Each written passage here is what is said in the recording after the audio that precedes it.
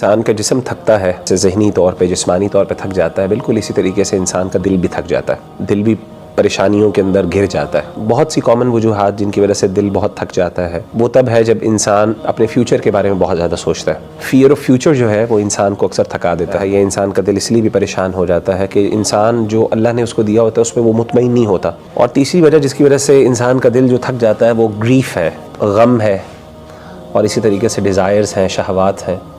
یہ جب کثرت سے انسان کے دل کے اوپر وارد ہوتی ہیں، بار بار انسان کے دل پر حملہ ہوتا ہے، تو اس وقت انسان کا دل جو ہے وہ بہت تھک جاتا ہے۔ یہ جو غم ہے اور دل کے غم ہے اور دل کا بوجھ ہے اور دل کا اطمینان نہ ہونا، سکون نہ ہونا، یہ صرف ہمیں نہیں ہوتا، یہ صحابہ کو بھی ہوتا تھا، اور یہ ہر دور میں ہر جو ہے نیک لوگوں کو بھی ہوتا رہا، اور ظاہر ہے جو اللہ سے دور لوگ ہیں ان کو بھی ہوتا رہا۔ تو اللہ کے رسول صلی اللہ علیہ وسلم نے کہا یا ابا امامہ، کہ اے ابو امامہ، کیا ایسی چیز ہے، کیا ایسی پریشانی ہے تمہیں جس کی وجہ سے تم مسجد میں ایسے وقت میں ہو جو وقت نماز کا نہیں؟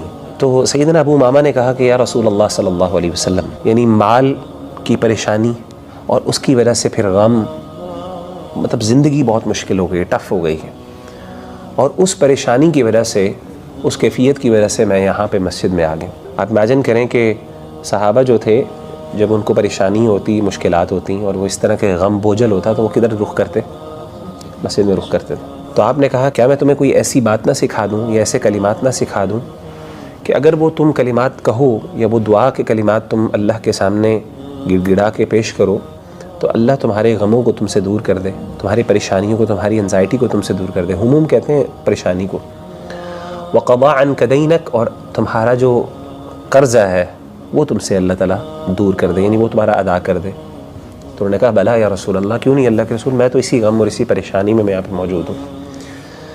آپ صلی اللہ علیہ وسلم نے فرمایا اذا اصبحت و اذا امسیت، جب بھی تم صبح کرو یا شام کرو، یعنی صبح اور شام کے اذکار کے اندر ایک بندے کو دعا پڑھنی چاہیے، وہ نبی صلی اللہ علیہ وسلم نے لکھا، اور وہ کیا تھی؟ آپ نے فرمایا اللہم انی اعوذ بک من الہم والحزن، اے اللہ میں تیری پناہ میں آتا ہوں ہم سے اور حزن سے۔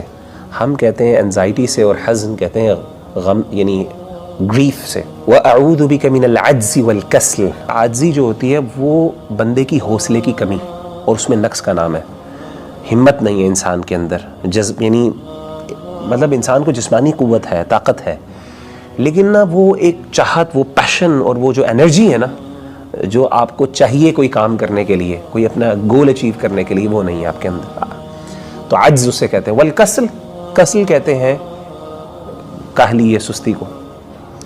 وَأَعُوذُ بِكَ مِنَ الْجُبْنِ وَالْبُخْلِ، اور اللہ میں تیری پناہ میں آتا ہوں جبن اور بخل سے۔ وَأَعُوذُ بِكَ مِنْ غَلَبَةِ الدَّيْنِ وَقَهْرِ الرِّجَالِ، اور اللہ میں تیرے پناہ میں آتا ہوں قرضے کے غلبے سے، وقہر الرجال، اور لوگوں کے قہر سے، مردوں کے قہر سے، یعنی دشمن کے قہر سے اور اس کی زیادتی سے۔ تو کہتے ہیں کہ میں نے یہ دعائیں پڑھنا شروع کی صبح شام، تو اللہ تعالیٰ نے مجھ سے یہ دونوں چیزیں دور کر دیں۔ آپ دیکھیں کہ نبی صلی اللہ علیہ وسلم، یہ ایک روحانی، یہ دل جب بھاری ہو، پریشان ہو، یعنی انزائٹی نہ جا رہی ہو، اس طرح کے حالت میں ہو، انسان کو سمجھ نہ آ رہی، انسان کو نا بعض اوقات نکالنے کی ضرورت پڑتی ہے۔ کہاں پہ نکالنے؟ کوئی جگہ بھی نہیں مل رہی ہوتی، غصہ بھی نہیں نکال سکتے کسی۔